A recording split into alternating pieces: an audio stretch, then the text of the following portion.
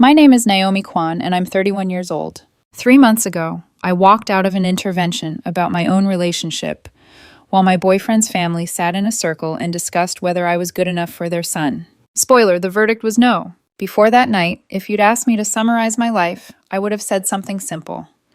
Second generation Asian American software engineer, decent salary, quiet apartment, 4-year relationship with a man I honestly thought I would spend the rest of my life with. Caleb is 28, smart, stupidly funny in that dry, deadpan way that makes my brain reboot when I'm stressed out. He's white, grew up in the suburbs with a very family photo over the fireplace, church on Sundays, we love matching sweaters kind of upbringing. For 4 years, he has been my safe place. And for 4 years, his family has been polite. That kind of tight, strained politeness that feels like a handshake wrapped in bubble wrap. His dad would shake my hand like I was made of glass. His mom smiled, but it never reached her eyes. His older brother made small talk about my job, then immediately pivoted to, "Have you thought about moving somewhere more affordable?" His younger sister was the only one who seemed genuinely warm. I kept trying to convince myself I was imagining it, that I was reading racism into things that weren't there, that I was just hypersensitive after a lifetime of "where are you really from?" and "your English is so good." Caleb kept saying the same thing. "They're just awkward. They're like this with everyone. Once they know you better, it'll be fine." I wanted to believe him, so I did. We got engaged 3 months ago. He proposed in the park near my apartment, under this ridiculous tree that always drops pollen on my car.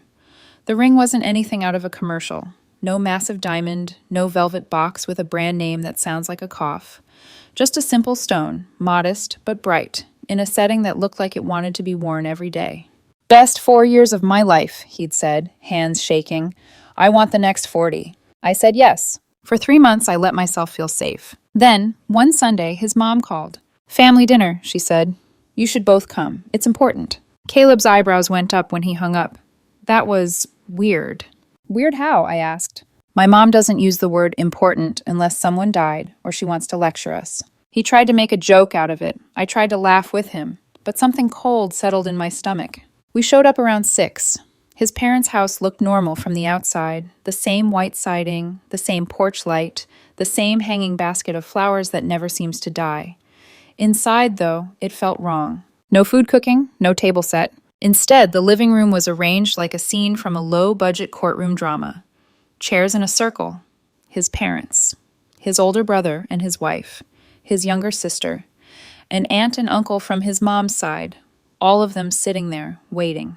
I felt the bottom drop out of my stomach. "Okay," Caleb said under his breath, pressing his shoulder against mine. "This is either an intervention for my caffeine habit or something worse." His dad cleared his throat.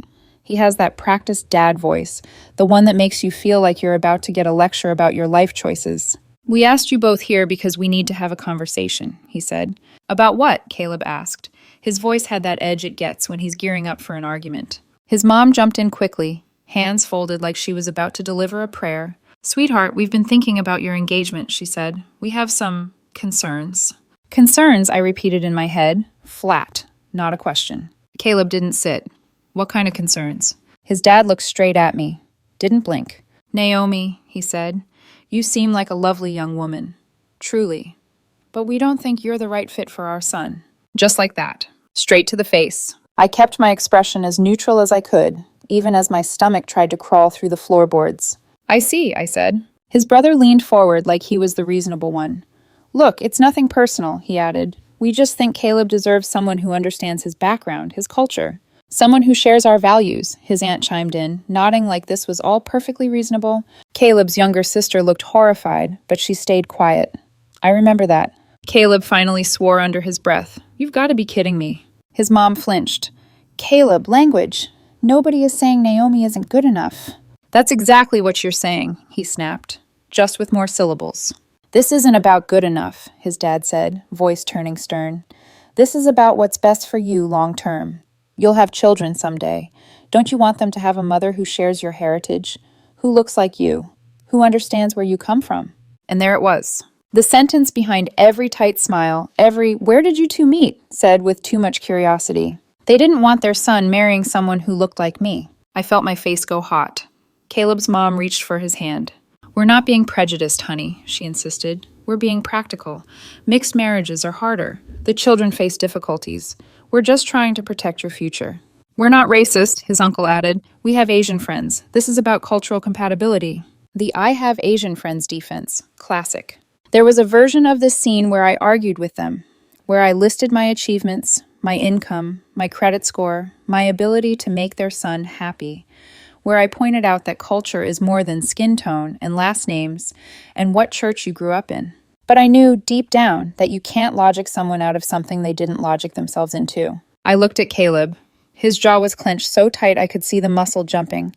His eyes were shiny, furious. He opened his mouth, but nothing came out. Interesting meeting, I said. The room went silent. I stood up, walked over to where Caleb was sitting.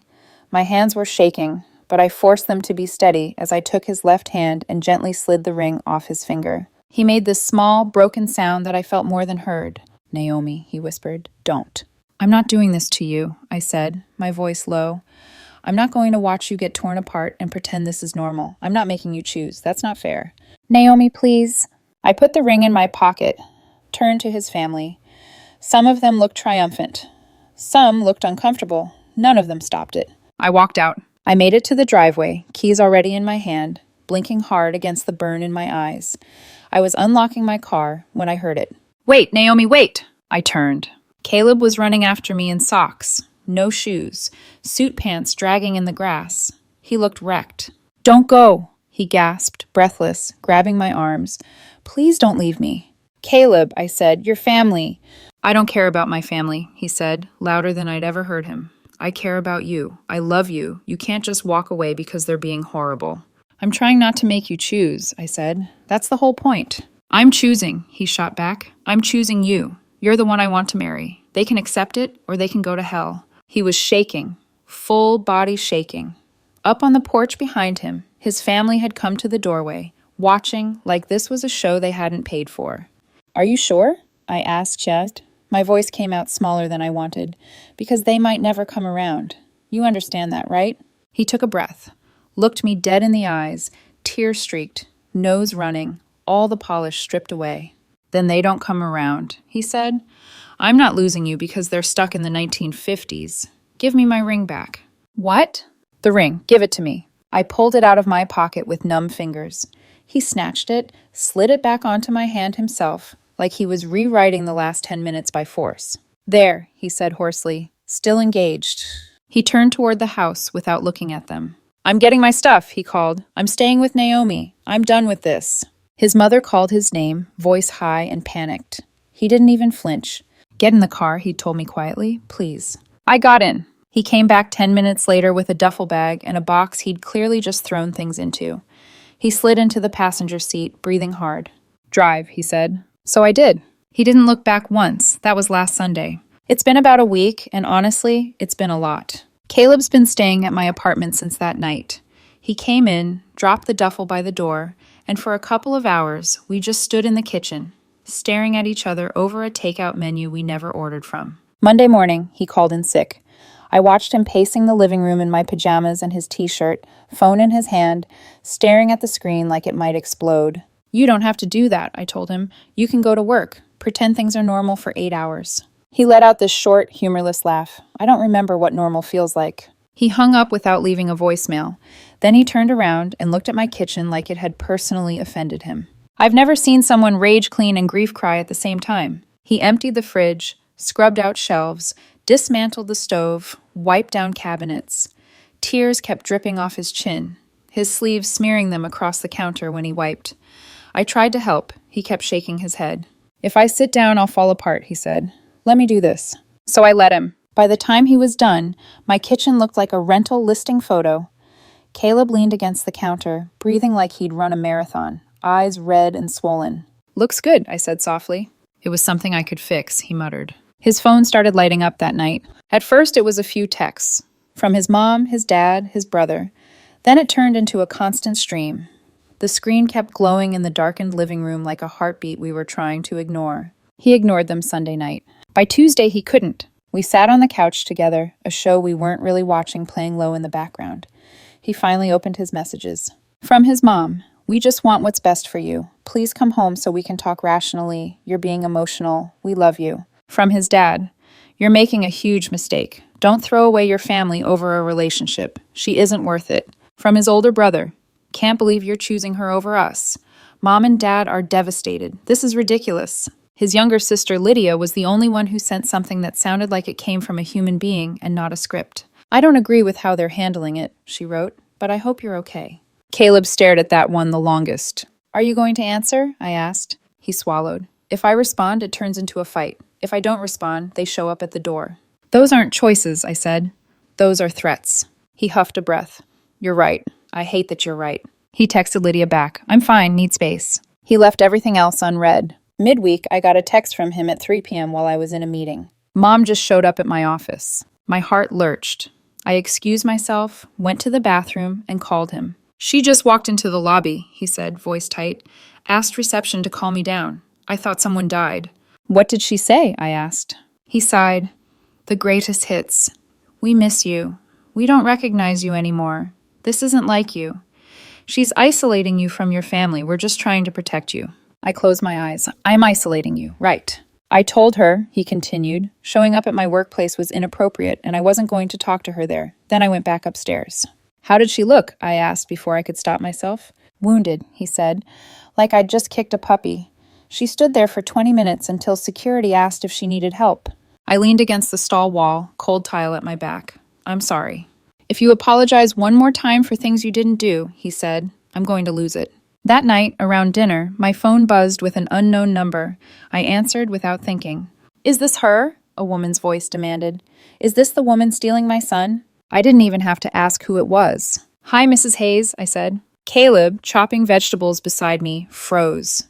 His eyes went wide. I hit speaker and set the phone on the counter. Good, she said. You should hear this. I want you to understand what you're doing to this family. My son won't speak to us. His father is beside himself. We're sick with worry. You've manipulated him, Naomi. You've turned him against his own parents. Mom, Caleb cut in, voice like a warning bell. I can hear you. Then listen, she snapped. This woman... Please don't talk about me like I'm not here, I interrupted, surprisingly calm. I'm standing in my own kitchen. There was a beat of silence. I could picture her face, the way her mouth would tighten. You've only known her a few years, she said. We raised you. We know what's best for you. This infatuation will fade and you'll be left alone, cut off from your family because of her. This isn't an infatuation, Caleb said. I asked her to marry me, remember? The thing you said you were happy about until you realized she wouldn't look like you in the family photos. That's not fair, his mother protested. We never said she wasn't good enough. We said you two weren't compatible. Different culture, different values. You're not thinking about your future children. Okay, I said. Let's not pretend this is about abstract values. You told him you wanted him to marry someone who shares your heritage and who looks like you. That's about race. I am not a racist, she snapped, offended. How dare you accuse me of that? We have Asian friends, I finished. I know. Caleb let out a sound that was half laugh, half sob. What's best for me is him, I said quietly. If you can't accept that, then you don't accept him or me, and that's your choice. On the other end of the line, I could hear her breathing. If you marry her, she said finally, voice gone cold and formal, don't expect us at the wedding. Caleb didn't even look at me. Then don't expect an invitation, he said, and hung up. The kitchen went very, very quiet. I stared at the phone, then at him. Did that just happen? I asked. Yeah, he said, dazed. My mom just uninvited herself from my wedding. I started laughing, not the happy kind. That high, unsteady laugh that bubbles up when your brain cannot compute the level of absurdity it's witnessing. Caleb watched me for a second. Then he started laughing too. We stood there, hysterical in the middle of my too-clean kitchen, until the laughter turned to tears, and he fell into a chair like someone had cut his strings. I don't know if I should keep laughing or cry, I said, wiping my face. Do both, he said weakly. Efficiency. We did. The next night, we had dinner with my parents. They'd known something was wrong since Sunday. My mom has this sonar for my moods. She'd texted me. I sent a vague, "we'll explain later," reply, and that was all it took for her to insist we come over. We sat at their dining table, the one covered in tiny scratches from the time my cousin's kids used it as a racetrack for toy cars. My mom had made enough food for an army. It's her love language and her coping mechanism. When we finished eating, my dad folded his hands and looked at us. Okay, he said, tell us. Caleb told them everything. He didn't spare the ugly parts. The someone who looks like you, the mixed marriages are harder, the pastor, the intervention circle. My mom's expression tightened with each detail. My dad's jaw clenched. When Caleb finished, he stared at his plate, shoulders hunched like he was waiting to be told he was the problem. My mom reached across the table and grabbed his hand. I'm so sorry, she said. I'm sorry your parents did that to you, and I'm sorry they did that to my daughter. Caleb's eyes filled instantly. My dad shook his head slowly. Their loss, he said. You love our daughter. You're kind. You're decent. You treat her well. That's all we care about. I don't care what anyone looks like as long as they show up when it matters. Caleb made a choked sound. My mom got up and came around the table. She hugged him first, then bent to hug me too, her arms around both of us at once. You're already our son, she said into his hair. With or without a wedding, you're ours. That was when he broke. He cried, really cried, shoulders shaking, face buried in my mother's shoulder, like he was 8 years old and had just fallen off his bike. I sat there, one hand on his back, one clutched in my dad's, and felt this weird combination of gratitude and grief. On the way home, Caleb was quiet. My parents are wonderful, I said softly. They really are, he agreed. I glanced at him. You're thinking about yours. He nodded. I might never have that with them again. I know, I said, and I hate that for you. Don't, he said, turning to look at me. Don't take responsibility for their bigotry. You didn't do anything wrong. You exist. You love me. That's it. The fact they can't handle that, that's on them. I wanted to believe him, but there was still a weight in my chest, a heavy, invisible thing that whispered, you're the variable. You're the one that changed. Like I broke his family just by loving him. By the next week, about 2 weeks after the intervention, things went eerily quiet. At first, Caleb thought maybe his family had finally backed off, that they were thinking, processing, maybe even regretting how spectacularly they'd handled things.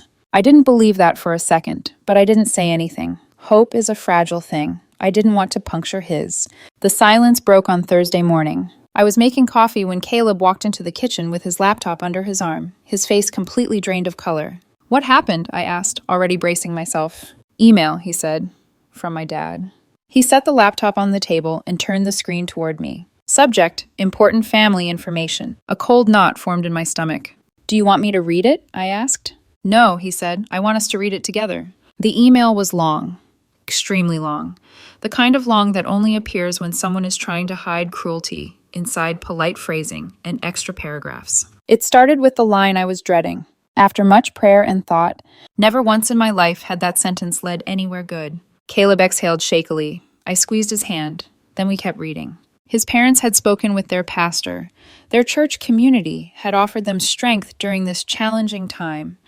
After careful consideration, they had concluded that if Caleb insisted on continuing on this path, they had no choice but to lovingly distance themselves. Then came the kicker. We will always love you, but we cannot support a decision that goes against our values. The door is open for you, Caleb, but not for Naomi. I didn't breathe for a moment. He stared at the screen. He strangled the rest of the sentence before it left his mouth.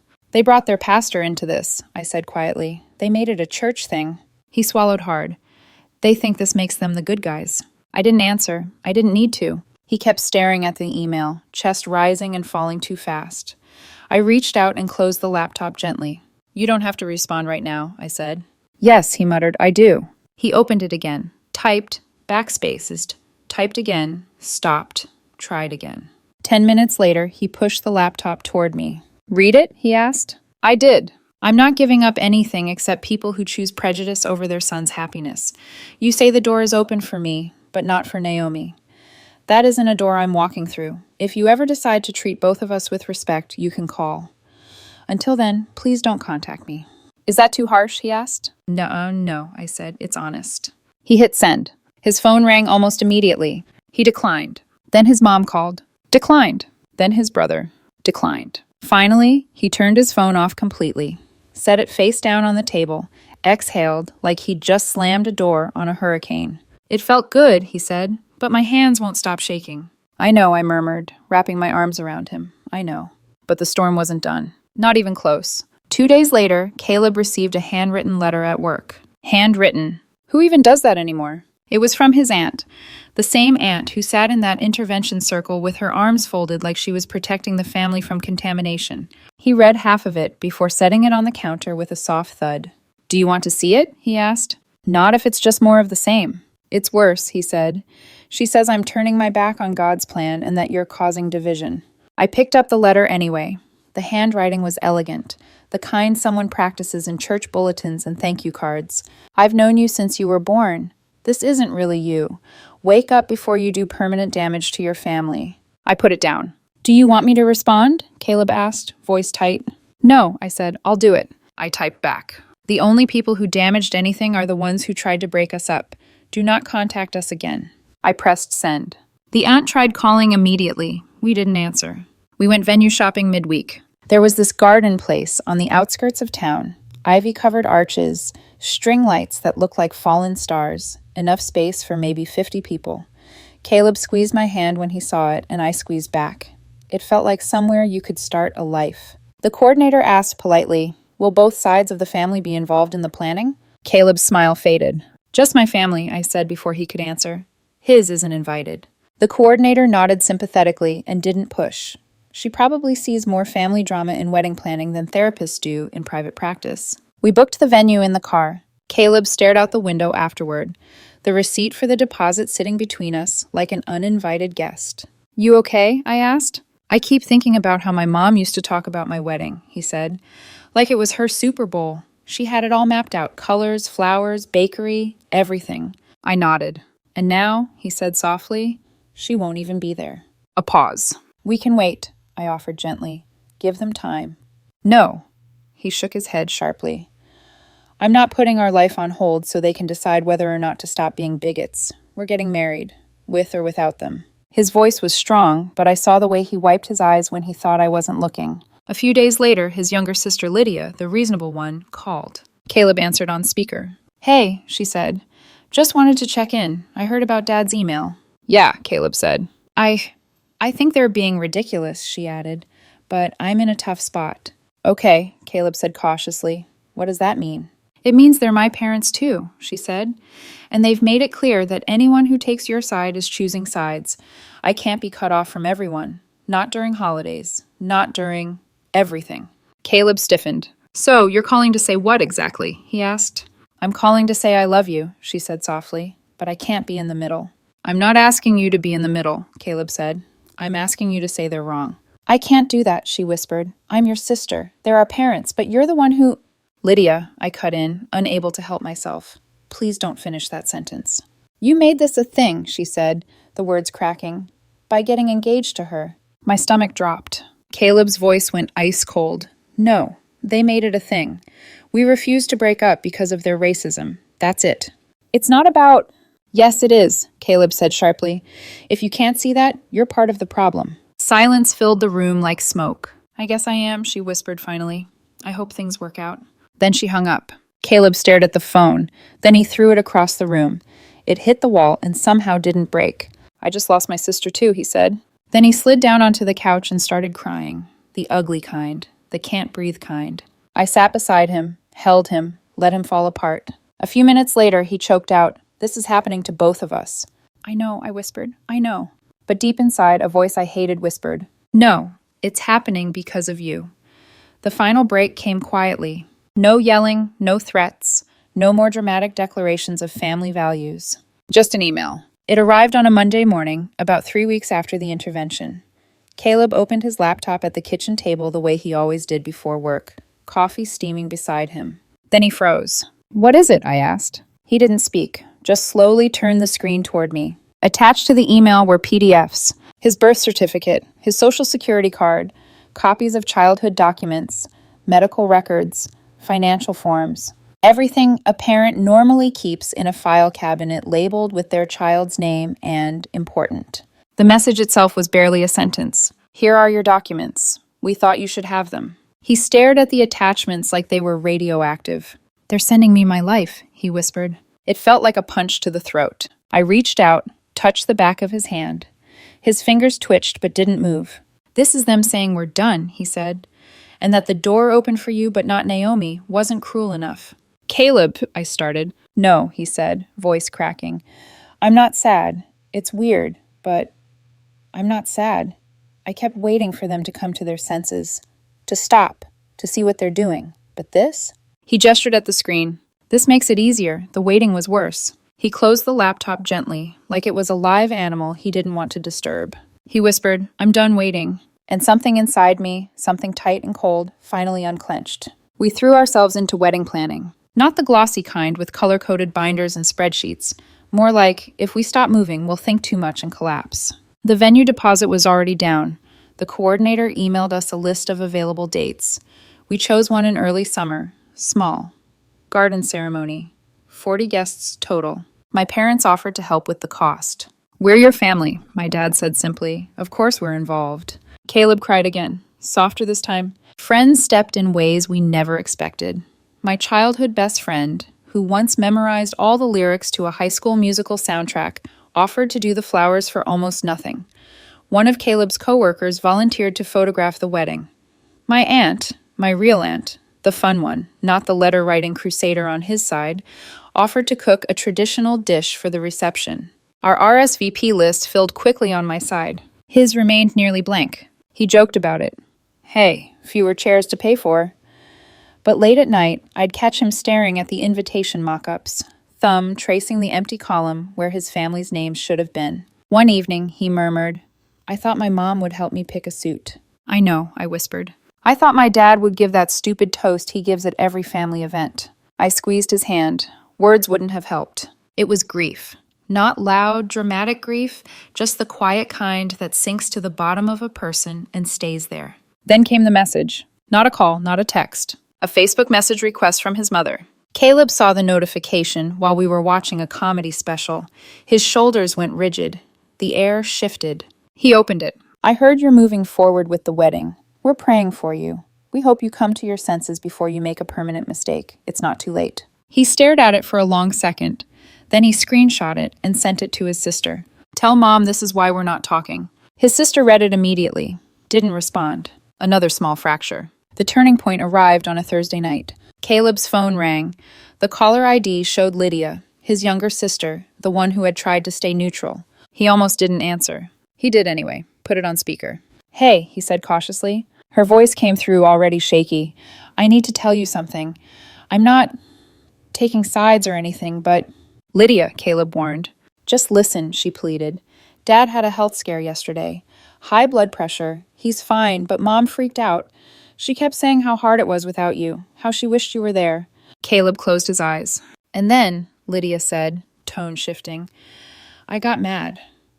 For the first time in years, I really fought with them. I told them they could have you there if they hadn't been so cruel, that they chose this, not you. Caleb's eyes snapped open. You said that? He whispered. Yes, she said, and they lost it. Dad said I was betraying the family. Mom cried. Uncle Jim said I was letting you influence me. So I left. I left the house, and I'm not talking to them until they apologize, to both of you. I covered my mouth with my hand. Lydia, I said softly, thank you. I should have done it earlier, she said, voice cracking. I'm sorry. I'm so sorry. There was a long pause. Then Caleb asked, barely above a breath, do you want to come to the wedding? If you'll have me, she said. I want to be there. You're my brother. I nodded for him. Yes, Caleb said, voice thick. We want you there. Lydia exhaled, shaky and relieved. I'll be in the front row, she said. The wedding came fast. Warm air, bright sky. A soft breeze that rustled the flowers like they were whispering good luck. Caleb stood under an arch draped with white fabric and summer blossoms. His sister sat in the front row on his side, alone but steady, her hands folded in her lap. My side was full. People who'd shown up. People who loved us without conditions. When the music started, I held onto my parents' arms, one on each side, and they walked me down the aisle together. My mom was crying before we even reached halfway. My dad kept sniffing like he wasn't crying, but absolutely was. Caleb's face when he saw me. God, I'll never forget that. He looked at me like I was a future he'd chosen, not one he'd settled for. We exchanged vows. His hands shook. Mine did too. The moment he slid the ring onto my finger, I felt something settle into place inside my chest, something warm and bright and defiant. We kissed. People cheered. Lydia sobbed quietly into a tissue. At the reception, she pulled me aside. I owe you an apology too, she said. I was scared to stand up before, but I won't let fear decide anymore. Thank you, I said, meaning it. That means more than you know. She nodded toward Caleb. He loves you like crazy. I've never seen him like this. Same, I said with a small smile. She grabbed my hand gently. Please don't let him down. I won't, I promised. She nodded, satisfied. Good, because he burned everything for you. I didn't argue. She wasn't wrong. We danced, ate too much cake, stayed until the venue staff hinted it was time to go home. When Caleb and I left, hand in hand, string lights twinkling above us, it felt like we'd built something sturdy out of the wreckage. But even as we walked to the car, I felt a strange ache. Not regret. Just the ghost of a life Caleb might have had. A chair that should have been filled. A toast that would never come. A mother-son dance that belonged to a world that didn't exist anymore. We drove away anyway, because what we had, what we chose, felt truer than anything his parents had offered. We got back from our honeymoon 3 days later. Just a short trip. Mountains, a rented cabin, mornings that smelled like coffee and cedar. It wasn't flashy, but it was ours. Quiet, private, no family drama within 50 miles. When we returned to my apartment, there was a small stack of mail waiting on the kitchen counter. Most of it was junk. One envelope wasn't. A pale pink card addressed in a handwriting I recognized. Caleb saw it first. He didn't touch it, just stared at it like it might bite him. Do you want me to open it? I asked. He shook his head. No, it's addressed to you. I slid my thumb along the flap and pulled out the card. Generic congratulations card, flowers on the front, a canned message printed inside. Then, in his mother's handwriting, I heard you went through with it. I hope you know what you've done to this family.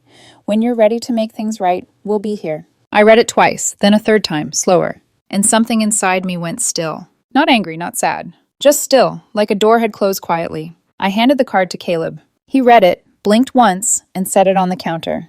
What do you want to do? He asked softly. I picked it up, walked to the kitchen trash can, and dropped it in. The lid clicked shut with a soft finality. That, I said, brushing my hands together. Caleb exhaled, a long sound, relief mixed with something heavier. Okay, he said. But we weren't quite done. 2 days later, while we were unpacking, Caleb got a Facebook message from someone we didn't know. A woman named Linda. Profile picture of her holding a Bible and a mug that said blessed. I read it aloud. Hi, sweetie. I'm a friend of your mother's from church. I saw the wedding photos. We all make mistakes. Family is family, and forgiveness is important. Would you consider reaching out to start healing? Caleb snorted so hard I almost laughed. I took the phone from him and typed a reply without asking. I'm happy to heal when your friend apologizes for her racism. Until then, I have nothing to say.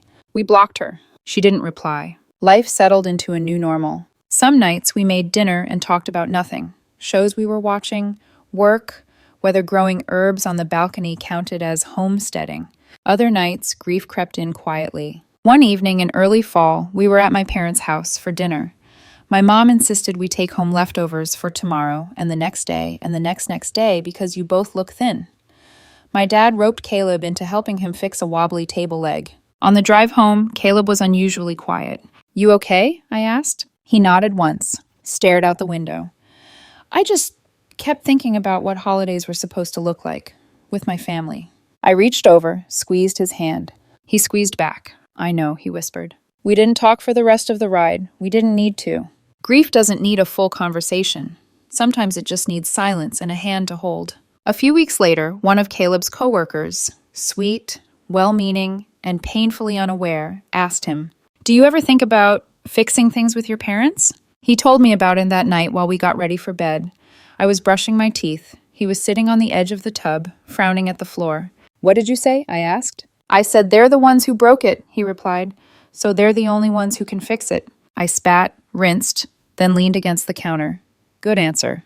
Was it? He asked, looking genuinely uncertain. Yes, I said firmly, because it's true. He nodded slowly, but the doubt didn't fully leave his face. A month after the wedding, on a random Tuesday afternoon, I finally admitted something out loud. I feel guilty, I said. Caleb looked up from his laptop. About what? About, I hesitated, everything they lost because of me. He shut the laptop instantly. Naomi, he said, voice steady. They didn't lose anything because of you. They lost everything because of them, because of what they chose. I didn't answer. My throat was thick. He sat beside me, took my face gently in both hands. You didn't do this, he said. You didn't ruin anything. You love me, that's all. I nodded, slowly, not because the guilt disappeared, but because hearing it helped. A little. The real closure came on a day that should have felt ordinary. I was cleaning out old texts and emails on my phone when Caleb walked in holding his own phone. He looked almost determined. I think I'm ready, he said. For what? He held up his phone. For a new number. I froze. Really? He nodded. I don't want them having any way to reach me anymore. They made their choice. I'm making mine. I felt something warm bloom under my ribs. Pride, love, relief. Maybe all of it. Okay, I said softly. Let's do it. He called the carrier, changed the number. When he hung up, he exhaled like he'd just set down a weight he'd carried since childhood. Feels like closing a door that should have been closed a long time ago, he said. Then it's the right door, I replied. He smiled. We sat there, phones quiet, apartment warm, dinner simmering on the stove. And for the first time in a long time, everything felt peaceful. Are we okay? Yes, we're good, really good. We're building a life filled with people who show up, people who choose us, people who love without conditions. His parents may never change. His extended family may stay silent forever. But Caleb tells me, over late-night tea or on walks or while watching me tie my hair up, that he'd choose me again. Every time. And when he whispers, I don't regret anything except that they made me choose, I believe him. Because we didn't lose a family. We made one.